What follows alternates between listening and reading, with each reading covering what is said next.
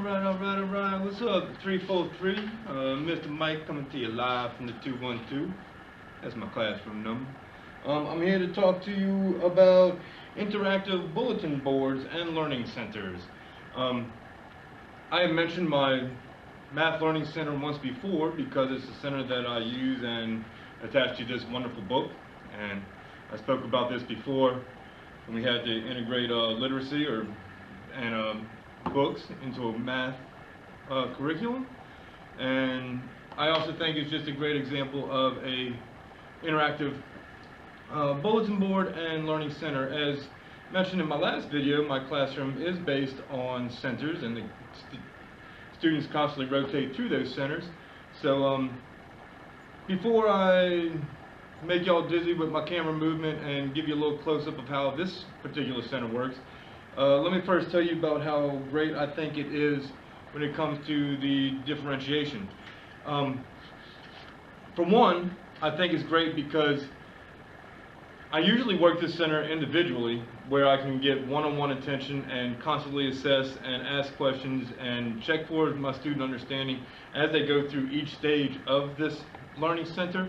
But if need be, it is also a great way to work small group where I can have, in a sense, 3 students working at this one center at a different station each. There's a station over here on the whiteboard I don't think is in the camera shot.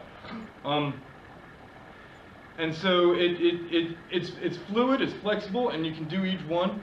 The differentiation that I'm speaking about that I think is great is the fact that my lowest level student, I'll start him with, say, the simplest fraction to comprehend, which is half. You just boom, cut something in half. What do you get? You get 2 of those pieces. And I'll start him with the half fraction and progress from there. And then I also have cards. In the math center, the students are asked to choose a card, which are over there, and I'll go into that in a little more detail here in a second. But I have everything from your simpler fractions, 1/2, 1/3. There's 3 pieces. I need 1 of those 3 pieces. 1/4, and so on.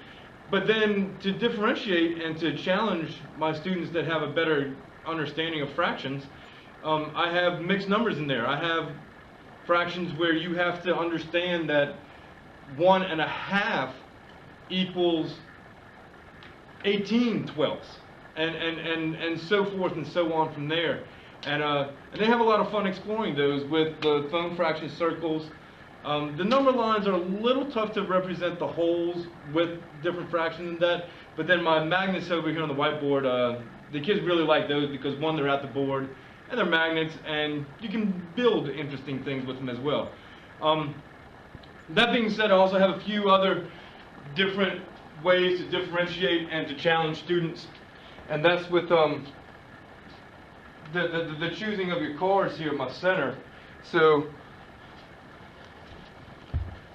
these are your simpler fractions, your 1/3, excuse my blood blister on my thumb, I know that's gross looking, my 1/4, half, but then here's more challenging for my upper level students. If I give them a 3/12, they have to use each of these 3 manipulatives to understand that an equivalent for 3/12, I can work that in a sense backwards, and I need to understand that that is 1 of those 4. And that's a healthy way, I believe, too, to differentiate. As well as a 2/3, that's a difficult fraction to build off of that is not as commonly seen as, say, the 1/3 or the 1/2.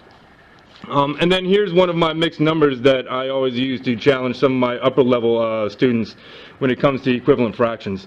So I'm looking at my camera here. I'm at about 4.5 minutes, so I'm going to quickly kind of run you through my center and give you a little bit more detail on it, just to explain more of how the bulletin board works.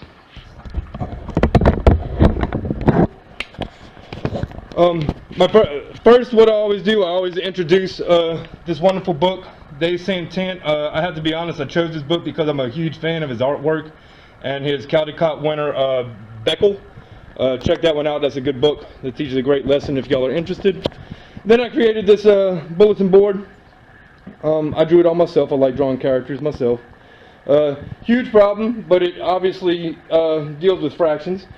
So here's my rules, or the flow that students choose a card, which is found over here, and these are the cards I just showed you. And then they simply float through each station. Here's your foam fraction circles. So if I chose 1/2, I first have to represent that half here, and then use the different foam fraction circles to understand that, hey, now I'm using 2 of the 4 sized pieces. So an equivalent to this half is 2 of these 4s. And then students usually leave the number line for last because for whatever reason that's usually some of the most challenging for them. Although it's easy to get a good visual of an equivalent.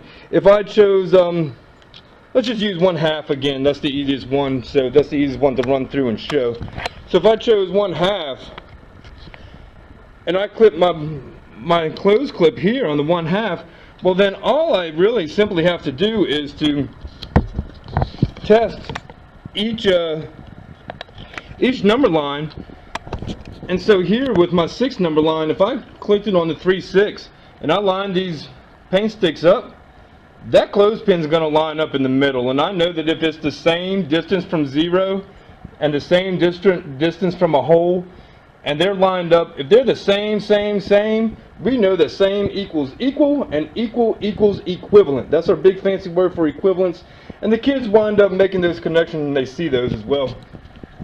And then this is my last center for the bulletin board. Again, let's choose 1/2. We'll do that one to, it's one of the easier ones and gives you more to play with and see the representations. So the kids, they love this one. You sometimes have to stop them from, say, building their name or creating their name with the magnets, but you know, that's all good fun too. You have to expect that with 3rd graders, and especially in a behavior classroom setting that I work in. And then they have a lot of fun dealing with these.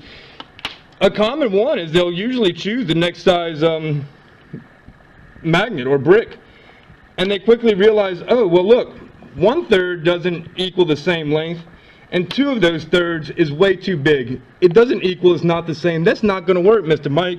And they'll put those over there, and then they'll keep on exploring. And that's when they'll, oh, hey, look, I used 2 of the 4s. 2 4s is obviously an equivalent to 1/2. And they'll keep on and they'll continue going. And they have, oh, hey, I'll use 3 of the 6 pieces. And they move on and on. 1/2 is, you know, that gives you more of the options than others, but you know, I give them as much time as they need at each center to explore it, because they need to understand that, hey, the fifths don't work. And why does that not work? Well, we'll discuss even and odd numbers, and a lot of times these numbers don't work well with the halves.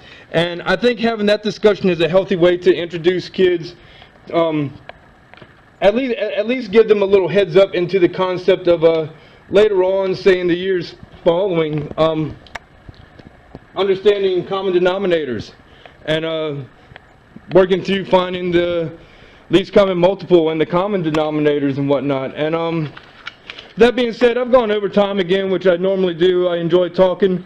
I enjoy talking about school. I enjoy talking about math. I enjoy showing you all my classroom. So I think that was a good enough talk about a good example of a well-created interactive bulletin board. The students are always engaged.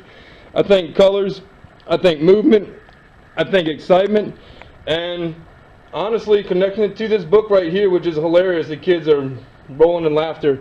You engage the student, you have to sell them the idea, and the colors, if you're excited about the lesson, they'll be excited about it, they'll be engaged, and they will be, they'll enjoy the lesson. Till next time, see you later, 343.